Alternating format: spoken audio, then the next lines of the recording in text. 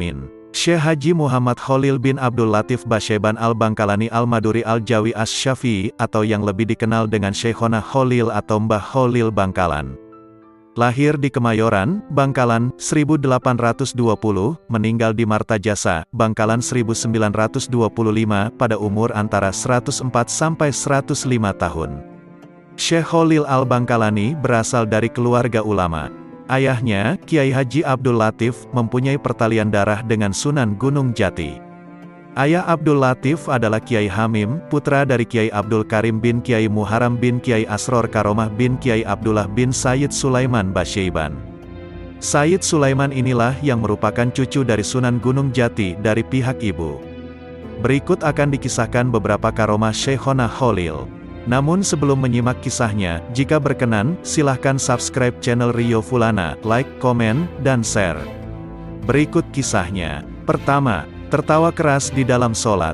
Pada suatu hari, di dalam sholat jemaah yang dipimpin oleh Kiai di sebuah pesantren tempat Kiai Khalil mencari ilmu, Kiai Khalil muda tertawa cukup keras, sehingga teman-temannya takut kalau Kiai akan marah karena sikapnya itu. Dugaan mereka tidak keliru. Setelah selesai sholat, sang Kiai menegur Kiai Khalil muda dengan sikapnya yang tertawa cukup keras waktu sholat itu.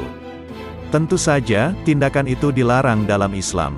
Ternyata, Kiai Khalil muda masih terus tertawa, meskipun Kiai sangat marah terhadapnya. Akhirnya Kiai Khalil menjawab, bahwa ketika sholat berjamaah berlangsung, dia melihat sebuah berkat sejenis wadah nasi waktu kenduri di atas kepala sang Kiai. Mendengar jawaban tersebut, sang Kiai menjadi sadar dan merasa malu atas sholat yang ia pimpin tersebut. Karena sang Kiai ingat bahwa selama sholat berlangsung, dia memang merasa tergesa-gesa untuk menghadiri kenduri, sehingga mengakibatkan sholatnya tidak khusyuk.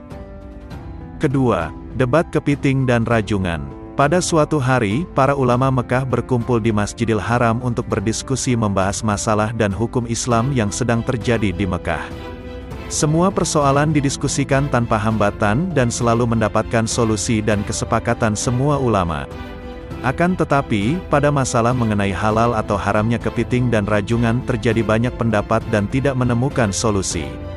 Kiai Khalil pada waktu itu berada di antara peserta diskusi, sambil mendengarkan dengan tekun. Sekali-kali tersenyum melihat silang pendapat para peserta diskusi. Melihat jalan buntu permasalahan yang ada di hadapnya, Kiai Khalil minta izin untuk menawarkan solusi untuk masalah tersebut. Akhirnya Kiai Khalil dipersilahkan untuk naik ke atas mimbar oleh pimpinan diskusi.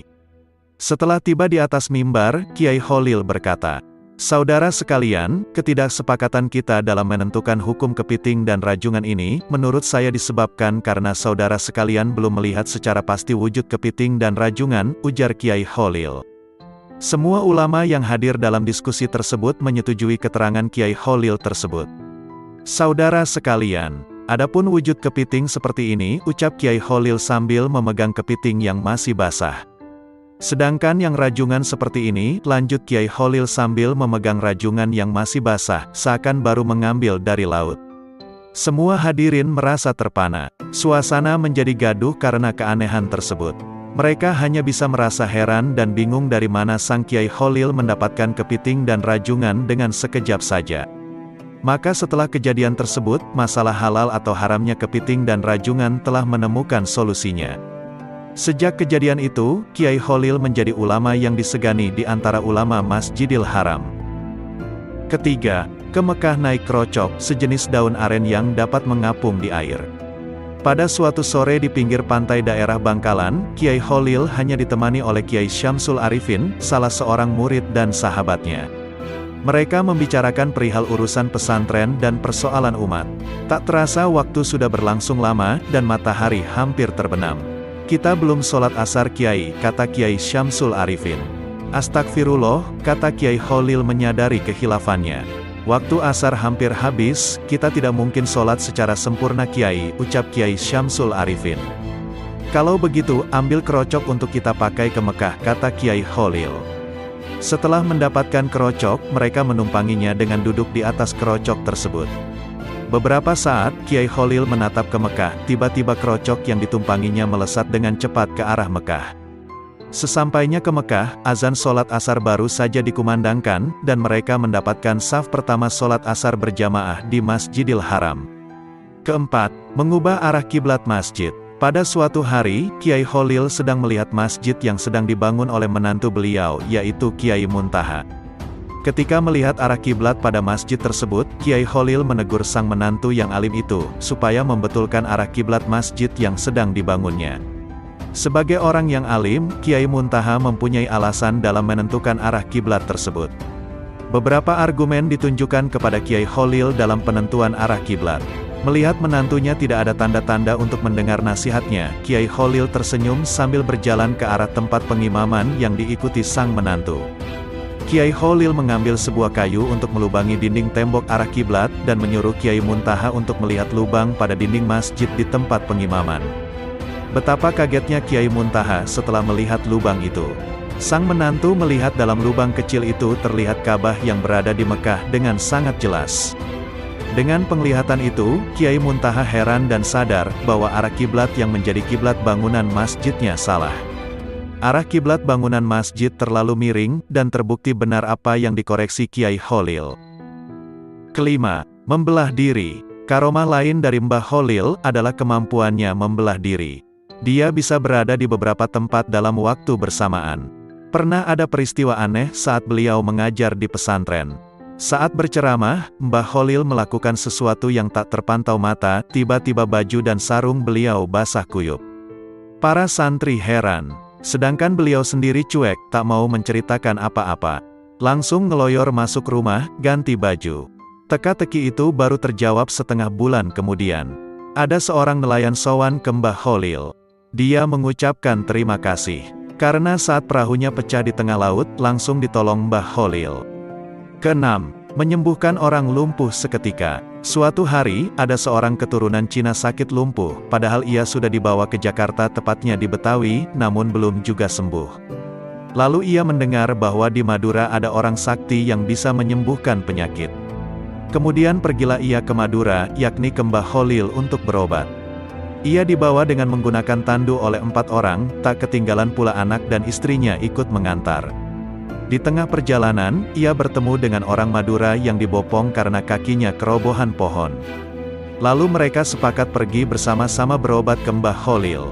Orang Madura berjalan di depan sebagai penunjuk jalan. Kira-kira jarak kurang dari 20 meter dari rumah Mbah Kholil, muncullah Mbah Kholil dalam rumahnya dengan membawa pedang seraya berkata, "Mana orang itu? Biar saya bacok sekalian." Melihat hal tersebut, kedua orang sakit tersebut ketakutan dan langsung lari tanpa ia sadari sedang sakit. Karena Mbah Kholil terus mencari dan membentak-bentak mereka, akhirnya tanpa disadari, mereka sembuh. Setelah Mbah Kholil wafat, kedua orang tersebut sering ziarah ke makam beliau. Ketujuh, kisah pencuri timun tidak bisa duduk. Pada suatu hari petani timun di daerah Bangkalan sering mengeluh. Setiap timun yang siap dipanen selalu kedahuluan dicuri maling. Begitu peristiwa itu terus-menerus. Akhirnya petani timun itu tidak sabar lagi. Setelah bermusyawarah, maka diputuskan untuk sowan ke Mbah Kholil. Sesampainya di rumah Mbah Kholil, sebagaimana biasanya, kiai tersebut sedang mengajarkan kitab Nahwu. Kitab tersebut bernama Jurumiyah, suatu kitab tata bahasa Arab tingkat pemula. "Assalamualaikum Kiai," ucap salam para petani serentak. "Waalaikumsalam warahmatullahi wabarakatuh," jawab Mbah Kholil. Melihat banyaknya petani yang datang, Mbah Kholil bertanya, "Sampeyan ada keperluan ya?" "Benar Kiai, akhir-akhir ini ladang timun kami selalu dicuri maling, kami mohon kepada Kiai penangkalnya," kata petani dengan nada memohon penuh harap. Ketika itu, kitab yang dikaji oleh Kiai kebetulan sampai pada kalimat koma Zaidun, yang artinya, Zaid telah berdiri.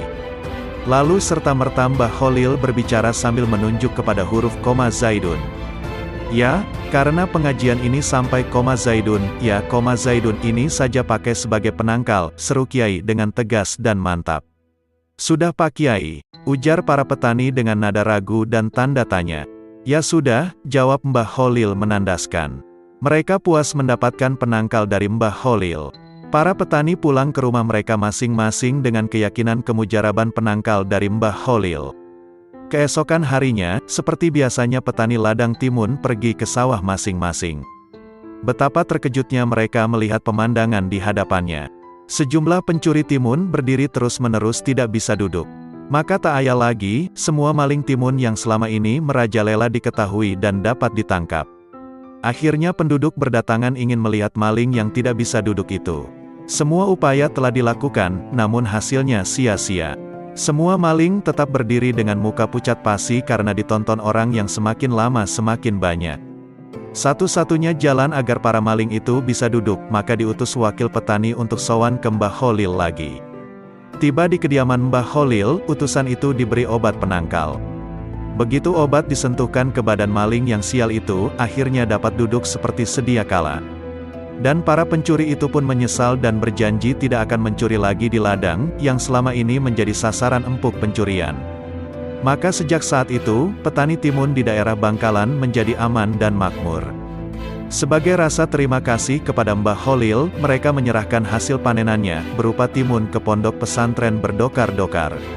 Sejak itu, berhari-hari para santri di pondok kebanjiran timun, dan hampir-hampir di seluruh pojok-pojok pondok pesantren dipenuhi dengan timun. Kedelapan, kisah ketinggalan kapal laut. Kejadian ini pada musim haji. Pada waktu itu, kapal laut adalah satu-satunya angkutan menuju Mekah. Semua penumpang calon haji naik ke kapal dan bersiap-siap, tiba-tiba seorang wanita berbicara kepada suaminya. "Pak, tolong saya, belikan anggur, saya ingin sekali," ucap istrinya dengan memelas. "Baik kalau begitu. Mumpung kapal belum berangkat, saya akan turun mencari anggur," jawab suaminya sambil bergegas keluar kapal. Suaminya mencari anggur di sekitar ajungan kapal, namun tidak ditemui penjual buah anggur seorang pun. Akhirnya dicobanya masuk ke pasar untuk memenuhi keinginan istri tercintanya. Dan meski agak lama, akhirnya anggur itu didapat juga. Betapa gembiranya sang suami mendapatkan buah anggur itu. Dengan agak bergegas, dia segera kembali ke kapal untuk menemui istrinya. Tapi betapa terkejutnya setelah sampai ke ajungan, kapal yang akan ditumpangi semakin lama semakin menjauh. Sedih sekali melihat kenyataan ini. Ia duduk termenung tidak tahu apa yang mesti diperbuat. Di saat duduk memikirkan nasibnya, tiba-tiba ada seorang laki-laki datang menghampirinya. Dia memberikan nasihat. "Datanglah kamu kepada Mbah Kholil Bangkalan, utarakan apa musibah yang menimpa dirimu," ucapnya dengan tenang. "Mbah Kholil," pikirnya, "siapa dia, kenapa harus ke sana, bisakah dia menolong ketinggalan saya dari kapal?" Begitu pertanyaan itu berputar-putar di benaknya. "Segeralah ke Mbah Kholil, minta tolong padanya agar membantu kesulitan yang kamu alami. Insya Allah," lanjut orang itu menutup pembicaraan. Tanpa pikir panjang lagi, berangkatlah sang suami yang malang itu ke Bangkalan. Setibanya di kediaman Mbah Kholil, langsung disambut dan ditanya, "Ada keperluan apa?" Lalu suami yang malang itu menceritakan apa yang dialaminya mulai awal hingga datang ke Mbah Kholil. Tiba-tiba kiai itu berkata, "Loh, ini bukan urusan saya, ini urusan pegawai pelabuhan. Sana pergi." Lalu suami itu kembali dengan tangan hampa. Sesampainya di pelabuhan, sang suami bertemu lagi dengan laki-laki tadi yang menyuruhnya ke Mbah Kholil. Laki-laki yang menyarankannya tersebut lalu bertanya, "Bagaimana, sudah bertemu Mbah Kholil?" "Sudah, tapi saya disuruh ke petugas pelabuhan," katanya dengan nada putus asa. "Kembali lagi, temui Mbah Kholil," ucap orang yang menasehati dengan tegas tanpa ragu. Maka sang suami yang malang itu pun kembali lagi ke Mbah Kholil. Begitu dilakukannya sampai berulang kali. Baru setelah ketiga kalinya, Mbah Kholil berucap, "Baik kalau begitu, karena sampeyan ingin sekali, saya bantu sampeyan." "Terima kasih Kiai," kata sang suami melihat secercah harapan. "Tapi ada syaratnya," ucap Mbah Kholil. "Saya akan penuhi semua syaratnya," jawab orang itu dengan sungguh-sungguh. Lalu Mbah Kholil berpesan, "Setelah ini, kejadian apapun yang dialami sampeyan jangan sampai diceritakan kepada orang lain, kecuali saya sudah meninggal. Apakah sampeyan sanggup?" Seraya menatap tajam. "Sanggup Kiai," jawabnya spontan. "Kalau begitu ambil dan pegang anggurmu, pejamkan matamu rapat-rapat," kata Mbah Kholil. Lalu sang suami melaksanakan perintah Mbah Kholil dengan patuh. Setelah beberapa menit berlalu, dibuka matanya pelan-pelan. Betapa terkejutnya, dirinya sudah berada di atas kapal tadi yang sedang berjalan. Takjub heran bercampur jadi satu, seakan tak mempercayai apa yang dilihatnya. Digosok-gosok matanya, dicubit lengannya. Benar kenyataan, bukannya mimpi, dirinya sedang berada di atas kapal. Segera ia temui istrinya di salah satu ruang kapal. "Ini anggurnya, Dik. Saya beli anggur jauh sekali," ucapnya dengan senyum penuh arti seakan tidak pernah terjadi apa-apa, dan seolah-olah datang dari arah bawah kapal. Padahal sebenarnya dia baru saja mengalami peristiwa yang dahsyat sekali, yang baru kali ini dialami selama hidupnya. Terbayang wajah Mbah Kholil. Dia baru menyadarinya bahwa beberapa saat yang lalu, sebenarnya dia baru saja berhadapan dengan seseorang yang memiliki karomah yang sangat luar biasa. Kesembilan, Kiai Kholil dipenjara oleh penjajah. Masa hidup Kiai Kholil tidak luput dari gejolak perlawanan terhadap penjajah. Tetapi, dengan caranya sendiri Kiai Kholil melakukan perlawanan. Pertama, ia melakukannya dalam bidang pendidikan. Dalam bidang ini, Kiai Kholil mempersiapkan murid-muridnya untuk menjadi pemimpin yang berilmu, berwawasan, tangguh dan mempunyai integritas baik kepada agama maupun bangsa.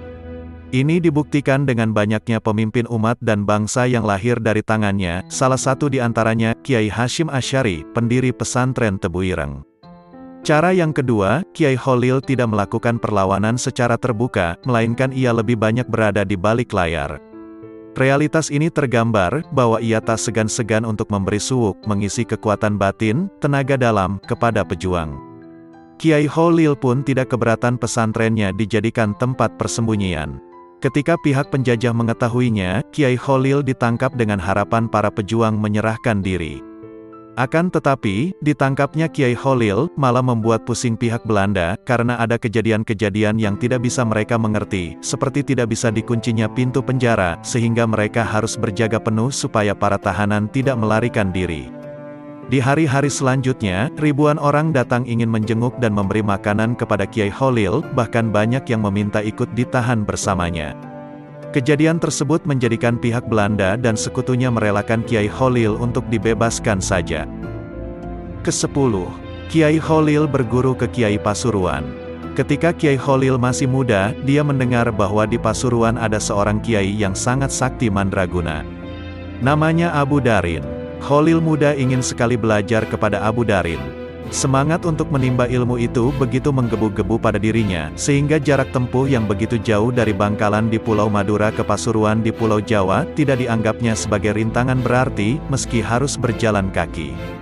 Namun apa daya, sesampainya Kholil muda di desa Wilungan Pasuruan, tempat Kiai Abu Darin membuka pesantren, ternyata Kiai Abu Darin sudah wafat. Dia meninggal hanya beberapa hari sebelum kedatangan Kholil muda. Habislah harapannya untuk mewujudkan cita-citanya berguru kepada kiai yang mempunyai ilmu tinggi tersebut. Dengan langkah gontai karena lelah fisik dan penat mental, hari berikutnya Kholil bertakziah ke makam Kiai Abu Darin. Di depan pusara Kiai Darin, Kholil membaca Al-Quran hingga 40 hari. Pada hari yang ke-41, ketika Kholil tengah ketiduran di makam, Kiai Abu Darin hadir dalam mimpinya. Dalam kesempatan itu, almarhum mengatakan kepada Kholil, "Niatmu untuk belajar sungguh terpuji. Telah aku ajarkan kepadamu beberapa ilmu, maka peliharalah." Kholil lalu terbangun, dan serta-merta dia sudah hafal kandungan kitab Imriti, Asyimuni, dan Alfiyah, kitab utama pesantren itu.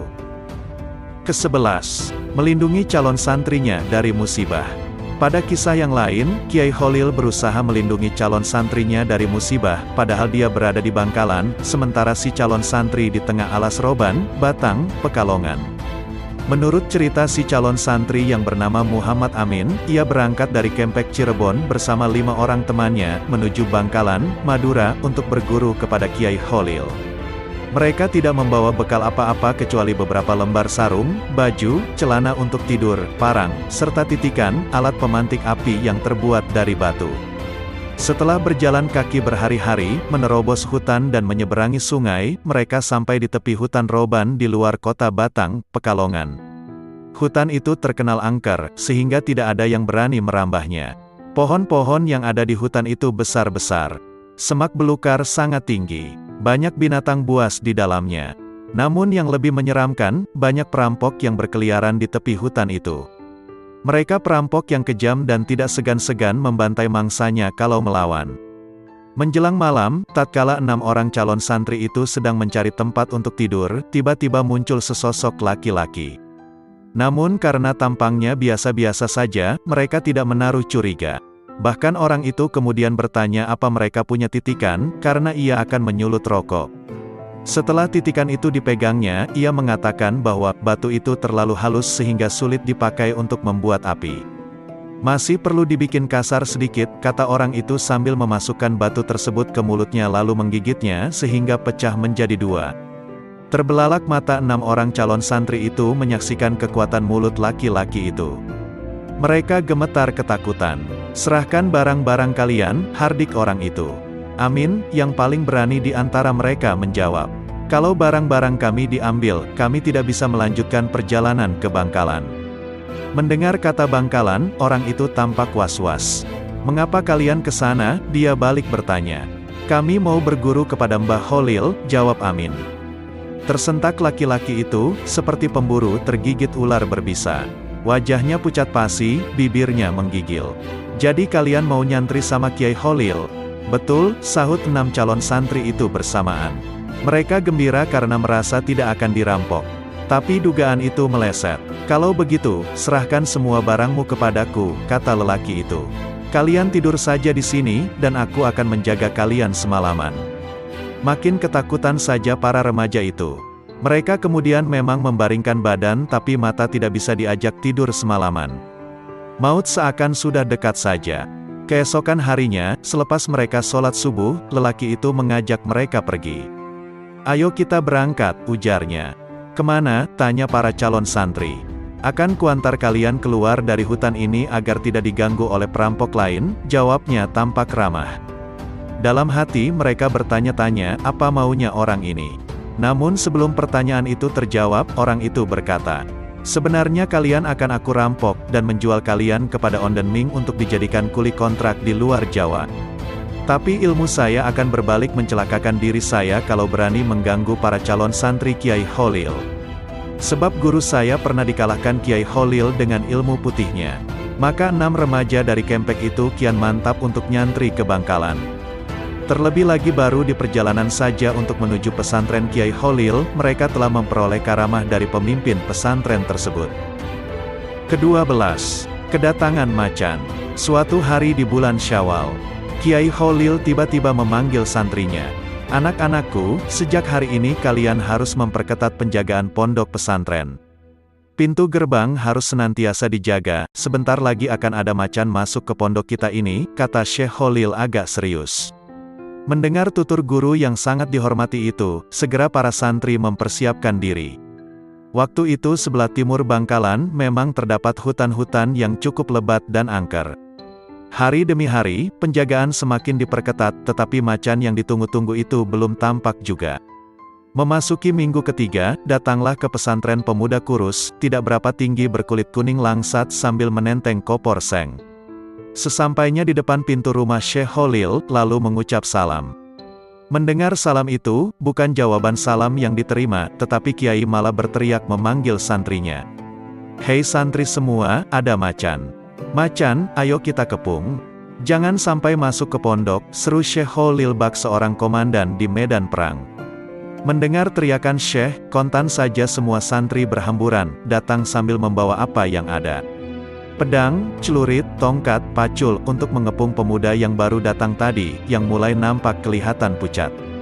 Tidak ada pilihan lagi kecuali lari 1000 langkah. Namun karena tekad ingin nyantri ke Syekh Kholil begitu menggelora, maka keesokan harinya mencoba untuk datang lagi. Begitu memasuki pintu gerbang pesantren, langsung disongsong dengan usiran ramai-ramai. Demikian juga keesokan harinya. Baru pada malam ketiga, pemuda yang pantang mundur ini memasuki pesantren secara diam-diam pada malam hari. Karena lelahnya pemuda itu, yang disertai rasa takut yang mencekam, akhirnya tertidur di bawah kentongan surau. Secara tidak diduga, tengah malam Syekh Kholil datang dan membantu membangunkannya. Sontak saja dimarahi habis-habisan. Pemuda itu dibawa ke rumah Syekh Kholil. Setelah berbasa-basi dengan 1000 alasan, baru pemuda itu merasa lega setelah resmi diterima sebagai santri Syekh Kholil. Pemuda itu bernama Abdul Wahab Hasbullah. Kelak kemudian hari santri yang diisyaratkan macan itu, dikenal dengan nama Kiai Haji Wahab Hasbullah, seorang kiai yang sangat alim, jagoan berdebat,